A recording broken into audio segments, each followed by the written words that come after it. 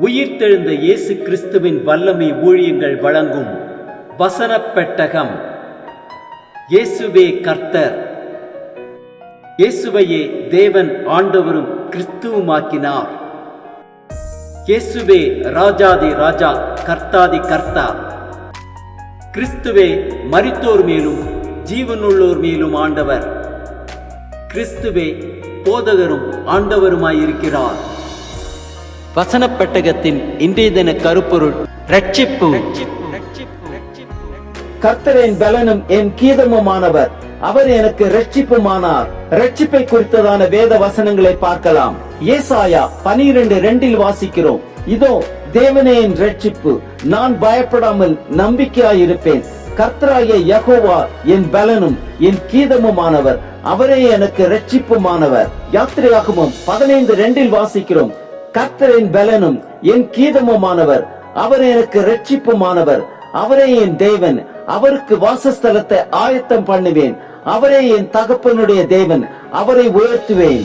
சங்கீதம் 27:1 வாசிக்கிறோம், கர்த்தரின் வெளிச்சமும் என் ரட்சிப்புமானவர், யாருக்கு பயப்படுவேன்? கர்த்தரின் ஜீவனின் பலனானவர், யாருக்கு அஞ்சுவேன்? ஏசாயா 45:22-23 வாசிக்கிறோம், பூமியின் எல்லை எங்கும் உள்ளவர்களே, என்னை நோக்கி பாருங்கள், அப்பொழுது ரட்சிக்கப்படுவீர்கள். நானே தேவன், வேறு ஒருவரும் இல்லை. முழங்கால் யாவும் எனக்கு முன்பாக முழங்கும், நாவு யாவும் என்னை முன்னிட்டு ஆணையிடும் என்று நான் என்னை கொண்டே ஆணையிட்டு இருக்கிறேன். இந்த நீதியான வார்த்தை என் வாயிலிருந்து புறப்பட்டது, இது மாறுவதில்லை என்கிறார். யோனா 2:9 வாசிக்கிறோம், நானோவெனில் துதியின் சத்தத்தோடு உமக்கு பலியிடுவேன், நான் பண்ணின பொருத்தனையை செலுத்துவேன், ரட்சிப்பு கர்த்தருடையது என்றான். ஏசாயா 45:17 வாசிக்கிறோம், இஸ்ரவேலோ கர்த்தராலே நித்திய ரட்சிப்பினால் ரட்சிக்கப்படுவான். நீங்கள் என்றென்றைக்கும் உள்ள சதா காலங்களிலும் வெட்கப்படாமலும் கலங்காமலும் இருப்பீர்கள். லூக்கா 2:30-31-32 வாசிக்கிறோம், புறஜாதிகளுக்கு பிரகாசிக்கிற ஒளியாகவும் உம்முடைய ஜனமாகிய இஸ்ரவேலுக்கு மகிமையாகவும் தேவரீர் சகல ஜனங்களுக்கு முன்பாக ஆயத்தம் பண்ணின உம்முடைய இரட்சணியத்தை என் கண்கள் கண்டது என்றான். ரோமர் 1:16 வாசிக்கிறோம், கிறிஸ்துவின் சுவிசேஷத்தை குறித்து நான் வெட்கப்படேன். முன்பு யூதரிலும் பின்பு கிரேக்கரிலும் விசுவாசிக்கிறவன் எவனோ அவனுக்கு ரட்சிப்பு உண்டாவதற்கு அது தேவ பலனாயிருக்கிறது. மத்தேயு 1:21 வாசிக்கிறோம், அவள் ஒரு குமாரனை பெறுவாள், அவருக்கு இயேசு என்று பெயரிடுவாயாக, ஏனெனில் அவர் தமது ஜனங்களின் பாவங்களை நீக்கி அவர்களை ரட்சிப்பார் என்றான்.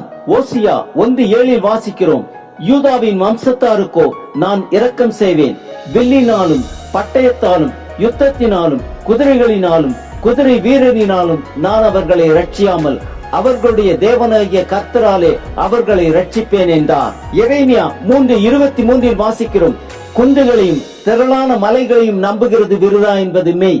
இஸ்ரவேலின் ரட்சிப்பு எங்கள் தேவனாகிய கர்த்தருக்குள் இருப்பது என்பது மெய்யே. 1 சாமுவேல் 2:1 வாசிக்கிறோம், அப்பொழுது அந்நாள் ஜெபம் பண்ணி என் இருதயம் கர்த்தருக்குள் களி கூறுகிறது, என் கொம்பு கர்த்தருக்குள் உயர்ந்திருக்கிறது, என் பகைஞரின் மேல் என் வாய் திறந்திருக்கிறது, உம்முடைய ரட்சிப்பினாலே சந்தோஷப்படுகிறேன். யோபு 13:16 வாசிக்கிறோம், அவரே என் ரட்சிப்பு, மாயக்காரனோ அவர் சன்னதியில் சேரான். ஏசாயா 61:10 வாசிக்கிறோம், கர்த்தருக்குள் பூரிப்பாய் மகிழுகிறேன், என் தேவனுக்குள் என் ஆத்துமா களி கூர்ந்திருக்கிறது. மணவாளன் ஆபரணங்களினால் தன்னை அலங்கரித்துக் கொள்ளுகிறதற்கும் மணவாட்டி நகைகளினால் தன்னை சிங்காரித்துக் கொள்ளுகிறதற்கும் ஒப்பாக அவர் ரட்சிப்பின் வஸ்திரங்களை எனக்கு உடுத்தி நீதியின் சால்வையை எனக்கு தரித்தார். ஏசாயா 62:11 வாசிக்கிறோம், நீங்கள் சீயோன் குமாரத்தியை நோக்கி, இதோ உன் ரட்சிப்பு வருகிறது, இதோ அவர் அருளும் பலன் அவரோடும் அவர் செய்யும் பிரதிபலன் அவர் முன்பாகவும் வருகிறது என்று சொல்லுங்கள் என்று கர்த்தர் பூமியின் கடையாந்தரம் வரைக்கும் கூறுகிறார். ஆபகுக் 3:18 வாசிக்கிறோம், நான் கர்த்தருக்குள் மகிழ்ச்சியாய் இருப்பேன், என் ரட்சிப்பின் தேவனுக்குள் களி கூறுவேன். ஏசாயா 52:10 வாசிக்கிறோம், எல்லா ஜாதிகளின் கண்களுக்கு முன்பாகவும் கர்த்தர் தம்முடைய பரிசுத்த புயத்தை வெளிப்படுத்துவார், பூமியின் எல்லைகளில் உள்ளவர்கள் எல்லாரும் நமது தேவனுடைய ரட்சிப்பை காண்பார்கள். ஆம், ரட்சிப்பு தேவனாகிய கர்த்தருக்குள் இருக்கிறது. இயேசு கிறிஸ்துவை நாம் பாவங்களை நீக்கி ரட்சிக்க வல்லவர். முழங்கால் யாவையும் அவருக்கு முன்பாக முடக்கி நாவால் தேவனை அறிக்கை பண்ணுவோம்.